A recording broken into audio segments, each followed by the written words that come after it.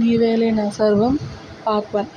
హైదరాబాద్లోని ఒక పాష్ ఏరియాలోని విల్లాలో ఒక అమ్మాయిని మొదటి రాత్రి కోసం సిద్ధం చేస్తున్నారు ఆడవాళ్ళు. ఆ అమ్మాయి మొహంలో ఎలాంటి భావం లేకుండా అద్దంలో తన రూపాన్ని చూసి తరువాత ఏం జరుగుతుందో అన్న ఆలోచనలో ఉండిపోతుంది. అలంకరణ పూర్తయ్యాక ఆ అమ్మాయి అత్తగారైన సావిత్రి గారు పాల గ్లాస్ ఆమె చేతుల్లో పెట్టి, చూడమ్మా యశ్వి, మీ పెళ్ళి ఎలాంటి పరిస్థితుల్లో జరిగిందో నీకు తెలుసు కదా. వాడు జరిగిన విషయం మర్చిపోవాలంటే నువ్వే కాస్త చొరవ తీసుకుని మామూలు మనిషిగా మార్చడానికి ప్రయత్నించు. అలాగే అత్తయ్య అని ఆవిడ దగ్గర ఆశీర్వాదం తీసుకుని తన భర్త గది వైపు అడుగులు వేస్తుంది యశ్విత. డోర్ ఓపెన్ చేసిన ఆమెకి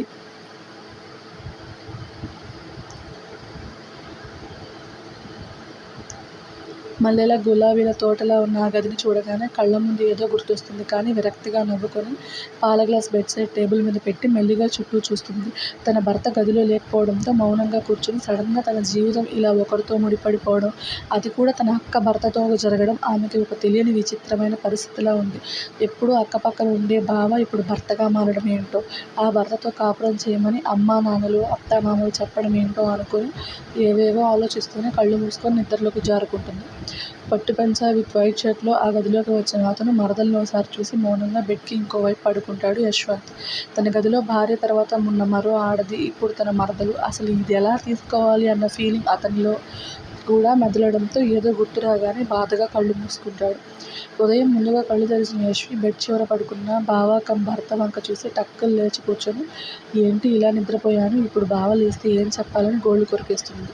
ఆమె గాజులు చప్పుడుకి డిస్టర్బ్ అయిన యశ్వంత్ కళ్ళు తెరిచి టెన్షన్గా చూస్తున్న యశ్వి తీరుకి గుడ్ మార్నింగ్ అని నార్మల్గా చెప్తాడు. మార్నింగ్ బావ అని బెడ్ దిగి, సారీ రాత్రి తెలియకుండా నిద్రపోయాను. ఇందులో సారీ చెప్పేంతగా ఏం లేదు యశ్వి, మన మధ్య పెద్దవాళ్ళు అనుకునే బంధం ముడిపడాలి అంటే కాస్త టైం పడుతుంది. ముఖ్యంగా నేను ఇప్పుడే ఈ రిలేషన్కి రెడీగా లేను. మీ అక్క నా మైండ్లో నుండి వెళ్ళాలి అంటే నాకు కొంచెం టైం కావాలి. అప్పటి వరకు నన్ను ఒక ఫ్రెండ్ మాత్రమే అనుకో. అలాగే బావ, మీ ఇష్టం, నేను వెళ్ళి కాఫీ తెస్తాను. సరే అని యశ్విన్ ఫ్రెష్ అవ్వడానికి వెళ్ళిపోతాడు. గదిలో నుండి బయటకు వచ్చిన యశ్వి తెలిసిన ఇల్లే కావడంతో డైరెక్ట్గా కిచెన్లోకి వెళ్ళి కాఫీ కలవడం స్టార్ట్ చేస్తుంది. అరే యశ్వి, ఇంత పొద్దున్నే లేచావే అని సావిత్రి గారు అడగడంతో వెనక్కి తిరిగిన ఆమె మొహం చూసి కొడుక్కి కోడలికి మధ్య ఏం జరగలేదని క్లారిటీ తెలిసి నిట్టూరుస్తారు. నాకు ఎర్లీగా లేవడం అలవాటే అత్తయ్య, ఇవిగోండి కాఫీ అని కప్ అందిస్తుంది. నేను బావకి కాఫీ ఇచ్చేసి వస్తాను అని యశ్వి వెళ్ళిపోయాక భర్తకు కాఫీ కప్ ఇచ్చి సోఫాలో కూర్చుంటారు. సావి, ఏంటండి, ఏమైంది అలా ఉన్నావు? మనం అనుకున్నది జరగలేదండి.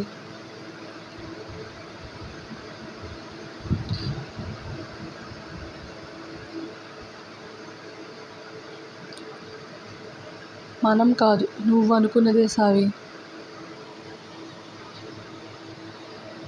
ఏంటండి మీరు కూడా ఇలా మాట్లాడతారు? లేకపోతే ఏంటి, నేను ముందే చెప్పాను. లేని తన మొదటి భార్య జ్ఞాపకాల నుండి వాడు బయటికి రావాలి అంటే వాడికి కాస్త టైం కావాలి అని. నా మాట విన్నావా? వింజుకి తల్లి ప్రేమ కావాలని, కాస్త ఊహ తెలిస్తే అమ్మ లేదని ఊహించే ఏజ్ వచ్చేస్తుందని అటు ప్రకాష్ వాళ్ళని ఇటు యష్ని తొందర పెట్టి ఈ పెళ్లి చేసావు. ఎలాగో నువ్వు అనుకున్నట్టు పెళ్లి జరిగిపోయింది.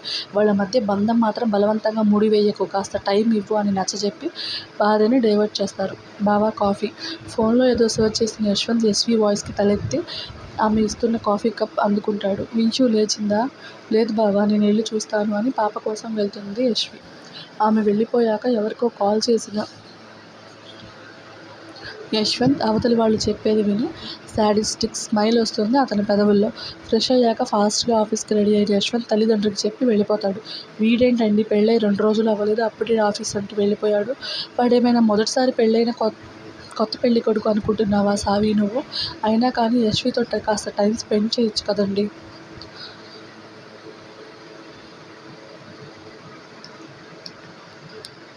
ఇందాకే చెప్పాను వాడికి కాస్త టైం ఇవ్వు అని, మళ్ళీ స్టార్ట్ చేసావు. టైం ఇవ్వట్లేదు అని తల కొట్టుకుంటారు. మీకు నా బాధ అర్థం కాదులేండి అని సావిత్రి గారు పూజ కోసం వెళ్ళిపోతారు. జరీనా, ఏంటి మేడం, పాప రాత్రి ఏమైనా ఇబ్బంది పెట్టిందా? లేదు మేడం, చక్కగా బొజ్జింది. చిన్నగా నవ్వి పాపని ఎత్తుకున్న యశ్వి స్నానం చేయించడానికి తీసుకుని వెళ్తుంది. వాటర్ టబ్లో కూర్చుని ఆడుతున్న పాప వంక చూసి తోడబుట్టిన అక్క గుర్తురాగానే, నీ కన్న కూతుర్ని నా కూతురుగా ఇచ్చి వెళ్ళిపోయావు, దీనికి ఎలాంటి లోటులు రాకుండా చూసుకుంటాను అని బాధగా అనుకుంటుంది. యశ్వి, ఏంటత్తయ్య, పాపకి స్నానం చేయించడం అయిపోయిందా? అయిపోయిందని సావిత్రి గారు ఇస్తున్న పాల బాటిల్ అందుకుని పాపకి పాలు పడుతుంది. నిద్రపోతున్న పాపని బెడ్ మీద పడుకోబెట్టి జో కొడుతున్న యశ్వి వంక చూస్తూ, యశ్వంత్ అర్జెంట్ మీటింగ్ ఉందని ఆఫీస్కి వెళ్ళాడు. అదేంటత్తయ్య, బావ టిఫిన్ కూడా చేయకుండా వెళ్ళిపోయారు? వాడి సంగతి తెలిసిందేగా, నువ్వు వెళ్ళి ఫ్రెష్ అయ్యాక లంచ్ కుక్ చేసి ఆఫీస్కి తీసుకెళ్ళు, పాపని నేను చూసుకుంటాను. అలాగే అని యశ్వి తన గదికి వెళ్ళిపోతే సావిత్రి గారు మనవరాలిని చూసుకుంటూ గడిపేస్తారు. యశ్వంత్ కోసం లంచ్ ప్యాక్ చేశాక తనే కార్ డ్రైవ్ చేసుకుంటూ ఆఫీస్కి వెళ్తుంది యశ్వి. ఆఫీస్లోకి వెళ్ళిన ఆమెకి అందరూ తనని ఒకలా చూడడం కాస్త ఇబ్బందిగా అనిపిస్తుంది. మౌనంగా యశ్వంత్ ఛాంబర్కి వెళ్ళిన యశ్వంత్ పర్మిషన్ అడుగుతుంది. ఆమె వాయిస్కి లోపలికి రా యశ్వి అని పిలిచిన యశ్వంత్, నువ్వేంటి ఇక్కడ అని అడుగుతాడు. అది బావ, మీకోసం లంచ్ తీసుకొచ్చాను. ఒకసారి ఆమెను సూటిగా చూసి 10 మినిట్స్లో వస్తాను, లోపలికి వెళ్ళు అని తన పర్సనల్ రూమ్ వైపు చూపిస్తాడు. సరే అని లోపలికి వెళ్ళిన యశ్వంత్ కోసం వెయిట్ చేస్తుంటుంది. యశ్వంత్ వచ్చాక అతనికి వడ్డించి సైలెంట్గా పక్కన నిలబడుతుంది. నువ్వు తిన్నావా అని అడిగిన అతనికి లేదు, తర్వాత తింటాను అని ఆన్సర్ ఇస్తుంది. పర్లేదు, నువ్వు కూడా తిని అని ఆమెకు వేరే ప్లేట్లో వడ్డించి కూర్చో అంటాడు. యశ్వంత్ వంక చూసి భోజనం చేయడం స్టార్ట్ చేస్తుంది యశ్వి. ఇద్దరి లంచ్ కంప్లీట్ అయ్యాక ఇంటికి వెళ్ళబోతున్న ఆమెను ఆపి కూర్చో అంటాడు.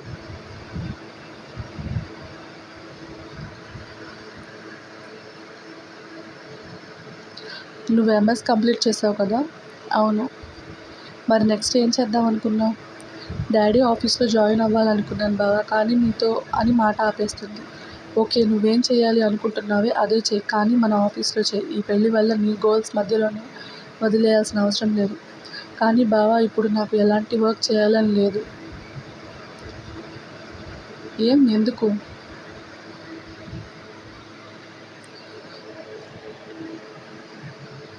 వించుని చూసుకోవాలి కదా. పాపని చూసుకోవడానికి అమ్మ జరీనా ఉన్నారు. తను జస్ట్ మంత్స్ బేబీనే, స్కూల్కి వెళ్ళేంత పెద్దది కాదు. నువ్వు ఆఫీస్ టైమింగ్స్ ఫిక్స్ చేసుకో. ఇంటికి వెళ్ళాక పాపతో టైం స్పెండ్ చేయి. మీ అక్క ఇచ్చిన బాధ్యత కోసం నువ్వు అన్నీ ఆపేసుకోవాల్సిన పని లేదు. యశ్వంత్ నార్మల్గా చెప్తున్నా తనకెందుకో ఘాటుగా చెప్తున్నట్టు అనిపిస్తుంది. ఒకవేళ పాపకి నేను దగ్గర అవ్వడం బావకి ఇష్టం లేదేమో అన్న ఆలోచన పుడుతుంది. ఆలోచనలో ఉన్న ఆమెకి గట్టిగా వినిపించిన పేపర్ వెయిట్ సౌండ్ వల్ల ఈ లోకంలోకి వస్తుంది. ఏమైంది యశ్వి? ఏం లేదు బావా, మీ ఇష్టం. సరే, నేను మావయ్యతో మాట్లాడతాను, నువ్వు జాగ్రత్తగా వెళ్ళు. అలాగే అని లంచ్ ప్యాక్ తీసుకుని యశ్వి వెళ్ళిపోతుంది. మంజు, ఏంటండి? యశ్వి ఏమైనా కాల్ చేసిందా? లేదండి, నేను వదిన గారికి ఫోన్ చేశాను. యశ్ కోసం లంచ్ తీసుకుని ఆఫీస్కి వెళ్ళిందని చెప్పారు. పెద్ద కూతురి ఫోటో వంక చూస్తున్నా ఆయన బాధగా కళ్ళు మూసుకుంటారు. ఏమైందండి అలా ఉన్నారు? ఒక్క సంఘటనతో అందరం ఇలా అయిపోతామని కల్లో కూడా అనుకోలేదు. హస్విత మనల్ని వదిలి వెళ్ళిపోయి 6 నెలలు అవుతుంది. ఆ దేవుడికి మన మీద కొంచెం కూడా జాలి అనేది లేదు. మంజు, పుట్టిన 3 నెలలకే ఆ పసిదానికి తల్లి లేకుండా చేశాడు. బాధపడకండి. ఆ పసిదాని కోసమే కదా యశ్వంత్ని యశ్విని బలవంత పెట్టి పెళ్లి చేసుకునేలా చేశాం. కొద్ది రోజులు భార్య జ్ఞాపకాలతో బాధపడినా ఖచ్చితంగా మన యశ్వి అల్లుడిని తన ప్రేమతో మార్చుకుంటుంది. పాపని తన సొంత కూతుర్లా చూసుకుంటుంది అన్న నమ్మకం నాకుంది. నా బిడ్డ ఎంత గొప్పదో మంజు. అక్కమ్మ అయినా తనని రెండో పెళ్లి వాడికి ఇచ్చి చేస్తున్నా కేవలం పాప కోసమే తనని యశ్వంత్ పెళ్లి చేసుకుంటున్నాడని తెలిసినా ఎలాంటి బాధ లేకుండా ఇష్టంగా ఈ పెళ్లి చేసుకుందని గర్వంగా అంటారు పరశురాం. మంజుల గారు మాత్రం అల్లుడు కూతురు కలిసి వాళ్ళ బంధం మొదలు పెట్టలేదని సావిత్రి గారు చెప్పిన విషయం గురించి ఆలోచనలో పడతారు. యశ్వి వెళ్ళిపోయాక వర్క్లో బిజీ అవుతాడు Yashwant. May come in sir? Come in. ఇకిలిస్తూ లోపలికి వస్తున్న పిఏని సీరియస్గా చూస్తూ పేపర్ వెయిట్ ఇసురుతాడు యశ్వంత్. తన తలకి బొక్క పెట్టడానికి వస్తున్న దాన్ని క్యాచ్ పట్టి, అమ్మ, త్రుట్టిలో తప్పిన ప్రమాదం బావా అంటాడు నీరజ్. రేయ్, బయటికి పో. ఇప్పుడేగా కమిన్ అన్నారు బావ సార్. రేయ్, ఆ కోపం వద్దులే. నీ పెళ్ళికి రాలేకపోయాను, ముందుగా దానికి సారీ. అదే టైంలో నా మరదలి వల్ల ఇంట్లో ఒక యుద్ధం మొదలైంది. అది ఆపేసి అందరినీ పంపేసి ఇలా నీ ముందుకు రావడానికి 7 days పట్టింది. అర్థం చేసుకోండి బాస్. బావా. రే, బావా అన్న పిలు లేదా బాస్ అయిన పిలు. ఇలా 2 కలిపి కిచిడి చేస్తే పేపర్ వెయిట్ విసిరే దిశ మారుద్ది. అబ్బో, అంత బంపర్ ఆఫర్ వద్దులే బావా. ఇంతకీ పెళ్ళెలా జరిగింది? పెళ్ళిలాగే జరిగింది. అబ్బా, బావ పంచులు కూడా వేస్తున్నాడు. ఇప్పుడు ఎక్కువ మాట్లాడావంటే నీ మూతికి పంచర్ వేస్తా, పోరా అవతలకి అని కసురుతాడు యశ్వంత్. స్టోరీ నచ్చితే లైక్ చేసి, షేర్ చేసి, కామెంట్ చేయండి. ప్లీజ్ సబ్స్క్రైబ్ చేసుకోండి. కొత్త స్టోరీ అని చెప్పేసి వ్యూస్ తగ్గించకండి, ఎంకరేజ్ చేయండి. ఇంకా ఇంకా కొత్త స్టోరీస్ పుట్టుకు రావాలి. ఉన్న స్టోరీ అవగొట్టమ్మా అంటావా? అవగొడతాను. It's take some time. Yeah, అంతే. బాయ్, టాటా.